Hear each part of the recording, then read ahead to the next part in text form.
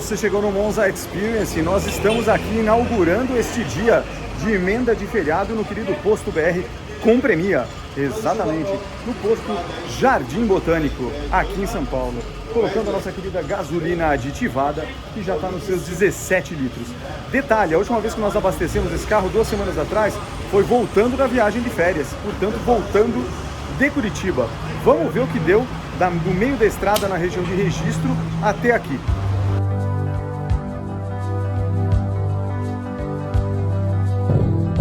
É no silêncio de um Chevrolet e o meu coração. Muito bem, pessoal. Vocês chegaram aonde? No querido, no tenebroso Monza Experience. Como você sabe, ele é o único canal internacional planetário do planeta Terra no nosso sistema solar que fala sobre carros velhos do tipo Monza, exclusivamente. Mentira também. Mas enfim, a gente fala aqui besteira sobre carros do tipo Monza. Então se você não gosta de Monza, já vai procurar o TikTok da sua dancinha mais famosa. Fica tranquilo e não enche o saco. Muito bem, dadas as boas-vindas, antes de começar o vídeo, deixa eu falar de um inscrito. Solta o nome aí embaixo, exato. Ele fez uma pergunta outro dia interessante. Sérgio, quero comprar um Monza. Opções eu tenho duas. Ou um GLS 1995 ou um SLE 1990. Qual você iria? Monza, a evidência do sucesso. Uma razão pra seguir Chevrolet. Quando você anda atrás de um lugar seguro para aplicar bem o seu dinheiro e obter o melhor retorno em conforto, confiabilidade, satisfação, você descobre que a direção é mais pra cima. Aí está o líder, o Monza, o preferido da sua classe. Não há nada por perto, com tantas vantagens. Bom, pergunta rápida sem muitos elementos, né? Nós estamos aqui comentando numa situação hipotética. Por que hipotética? Porque eu não vi nenhum carro, não conheço o cara, nada disso. Então, vai saber o estado do carro A e do carro B. Então, nós aqui estamos falando de uma situação, de novo, hipotética. Mas vamos pensar aqui no tema. Se eu estivesse na década de 90, qual você compraria? Provavelmente o GLS 95. Eu ia querer o carro mais novo, porque naquele momento eu ia querer um Monza para usar.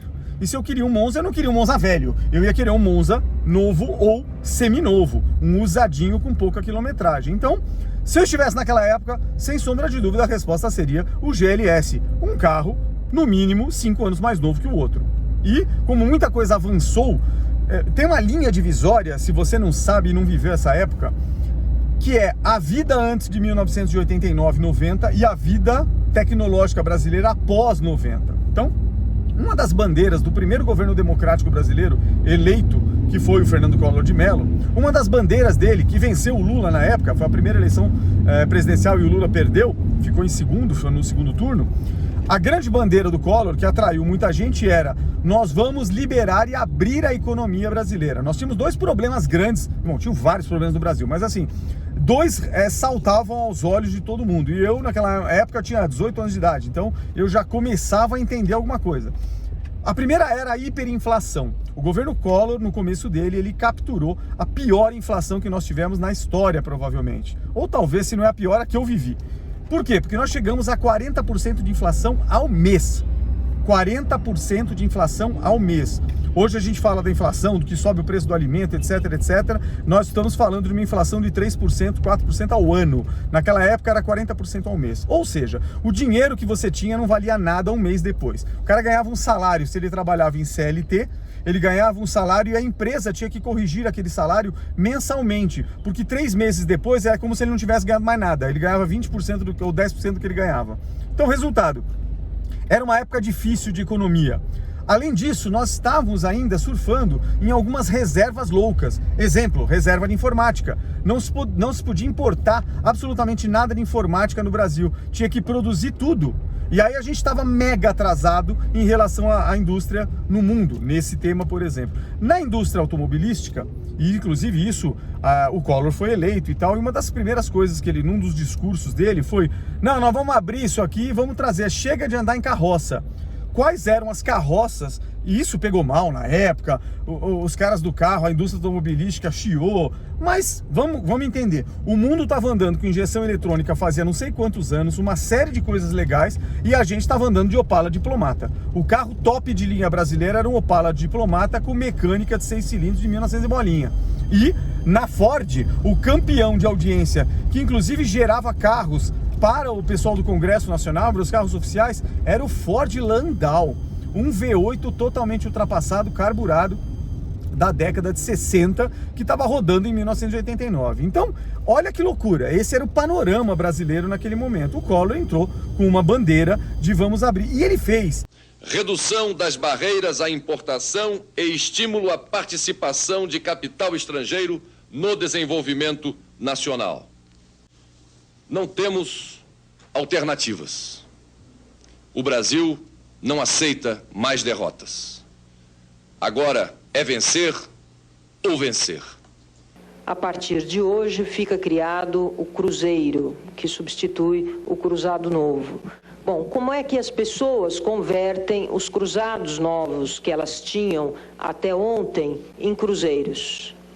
Elas convertem da seguinte maneira: os cruzados novos que estejam depositados no banco, quer sob a forma de depósito à vista, depósito a prazo, caderneta de poupança, overnights, são convertidos em cruzeiros ao par até o limite. No caso de caderneta de poupança e no caso de depósito à vista, de 50 mil. E no caso de overnight e de depósito a prazo, 25 mil ou 20%, o que for maior.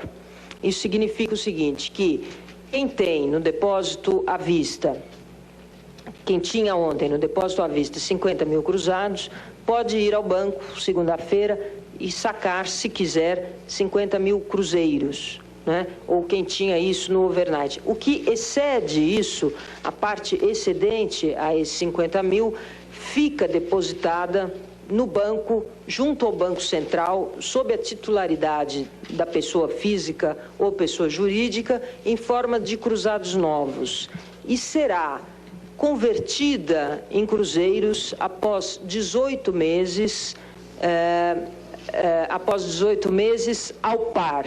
Independente do governo ter terminado, de corrupção, de um monte de meleca que aconteceu, um monte de lambança que ele aprontou, com a economia inclusive, por exemplo, o confisco de toda a poupança de todo brasileiro, da noite para o dia, o governo pegou todo o seu dinheiro aplicado, para quem tinha dinheiro, né? Para quem não tinha, a vida seguia na crise. Então, quer dizer, uma loucura total, mas independente dessas loucuras, ele de fato abriu a economia. Foi naquele ano que a gente conseguiu abrir a importação de carros, surgiram os primeiros Renaults franceses por aqui, surgiram os primeiros Mitsubishis, os primeiros isso, os primeiros aquilo, porque até então a única coisa importada que a gente via por aqui era russo tranqueira, que era lá da Niva, essas porcarias. Então depois começaram, a partir desse momento, a indústria automobilística brasileira teve que tomar um choque de modernização ou ficava para trás. A Honda entrou, então um monte de coisa começou a chegar por aqui. Bom, então voltando aqui a nossa frase, se eu estivesse nesta época, eu ia querer o GLS. Agora, estamos falando dos dias de hoje, 2023, onde Monza é um carro velho, independente do último modelo produzido em 96. 96 para 2023, esquece. Então, eu imagino que a pessoa que está comprando agora um carro, Monza, ele não quer para o dia a dia. Seria um erro estratégico imenso, financeiro e tudo. Não é um carro para dia a dia, é um carro para brincar, é um carro de diversão. Então aí eu vou para outro caminho, eu iria, aí é gosto. Então o que eu respondi para ele foi, primeiro, qual o formato que mais te agrada? Dado que agora a questão das modernidades não faz mais diferença, todos são velhos. Então, o que mais te agrada? O formato tubarão, que é a reestilização a partir de 91 dos Monzas, para tentar ainda ficar com uma fatia boa de mercado, e foi caindo tabela abaixo até que entrou o Vectra, ou te interessa mais o modelo, digamos assim, projeto original da Opel, que é o quadrado. Bom, aí isso já dita a regra, caso os dois carros estejam em perfeitas condições. Segundo, mecanicamente falando, é a mesma coisa, né? Estamos falando pouca diferença de um carro para outro. Uma delas, e significativa, pelo menos em Clube de Monza a gente sempre discute, é a distribuição e a injeção eletrônica. Nos carros nos carros dos Monzas injetados, que a partir dali não existia mais carburador, a injeção não é tanto problema, embora tenha lá o seu mérito. Tem gente que critica e tem gente que odeia. Tem gente que critica e tem gente que odeia. Agora, a injeção não é tanto o significativo da história. O mais importante é a distribuição. Por exemplo, distribuidor com sensor HAL, aquela desgraça lá que toda hora para, todo mundo critica, não sei o que e tal, toda hora é um problema, parece que é um problema de projeto, né? Então, essa é uma opção. Ou o velho distribuidor aranha da Bosch com a bobina impulsora lá dentro, que dura um século. Estava presente no Chevette, estava presente no Corcel, no Del Rey, no Opala, em tudo quanto era lugar. Se consolidou no mercado. Qual que você quer? Depende. Eu prefiro a mecânica mais antiga. Dado que eu já vou andar num carro clássico, num carro velho, e que eu vou me divertir, pouco me importa agora as modernidades de 95. Então, no caso do Sérgio, eu prefiro o formato quadrado, sempre preferi, e prefiro também a mecânica, de preferência inclusive a carburação, porque ainda hoje você consegue ajustar, dá para brincar mais com o carburador do que na parte eletrônica, que não tinha tanta alteração. Essa é a opinião minha.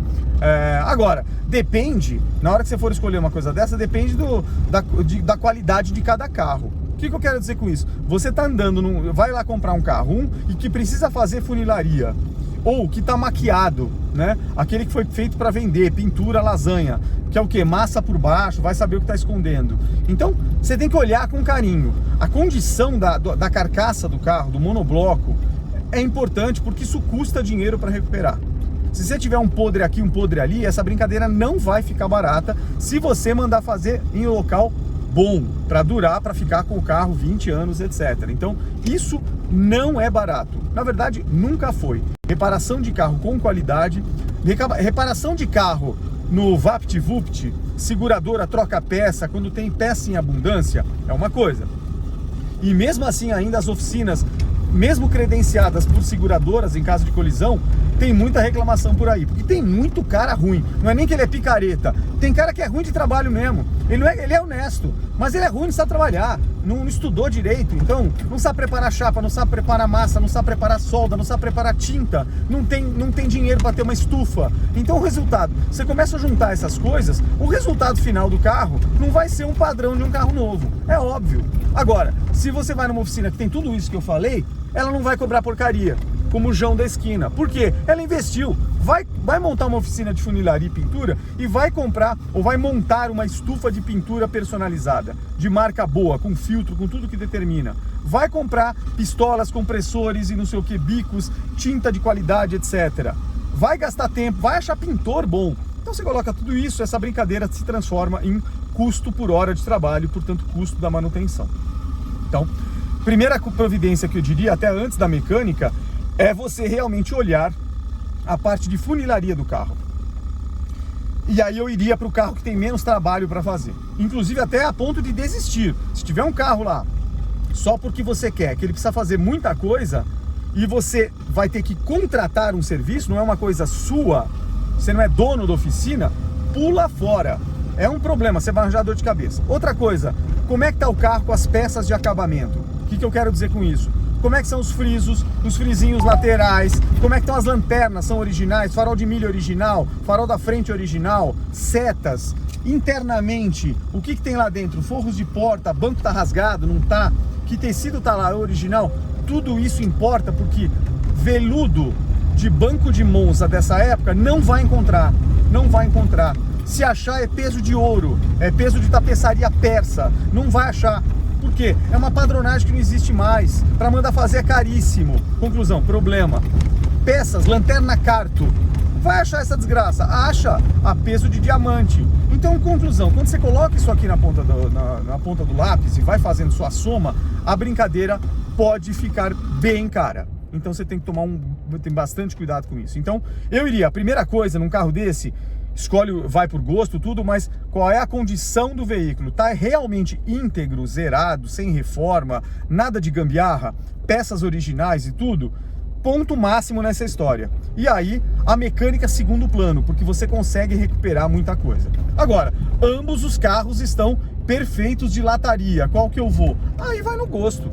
Aí vai no gosto. Na minha opinião, eu iria no mais tecnologicamente defasado. Ele é mais simples de mexer.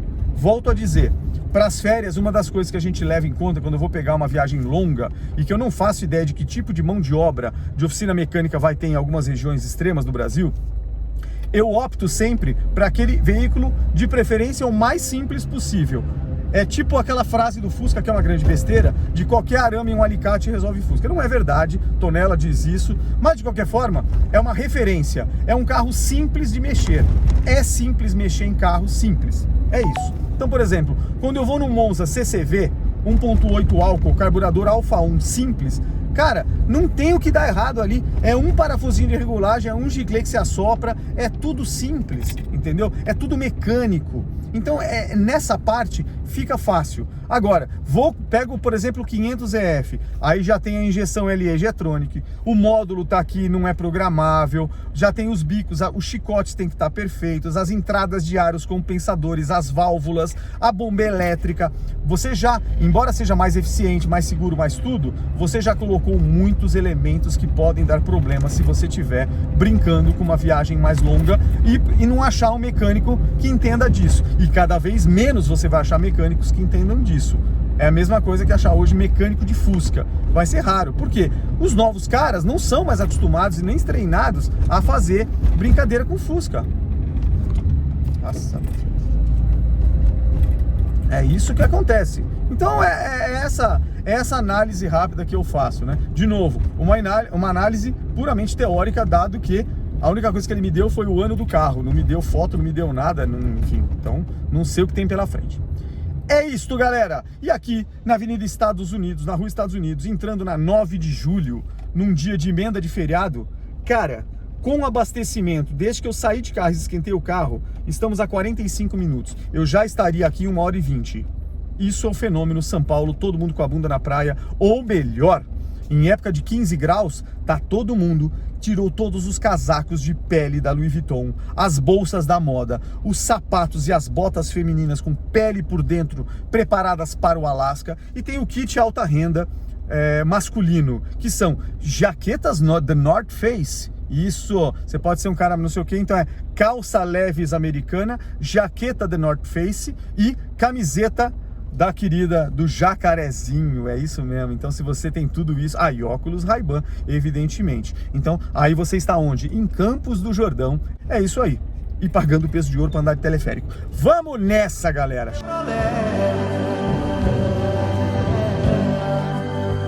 Enquanto o mundo perde a forma, eu encontro em mim. E é aqui que eu sempre vou seguir. Meu coração bate mais alto dentro de um Chevrolet.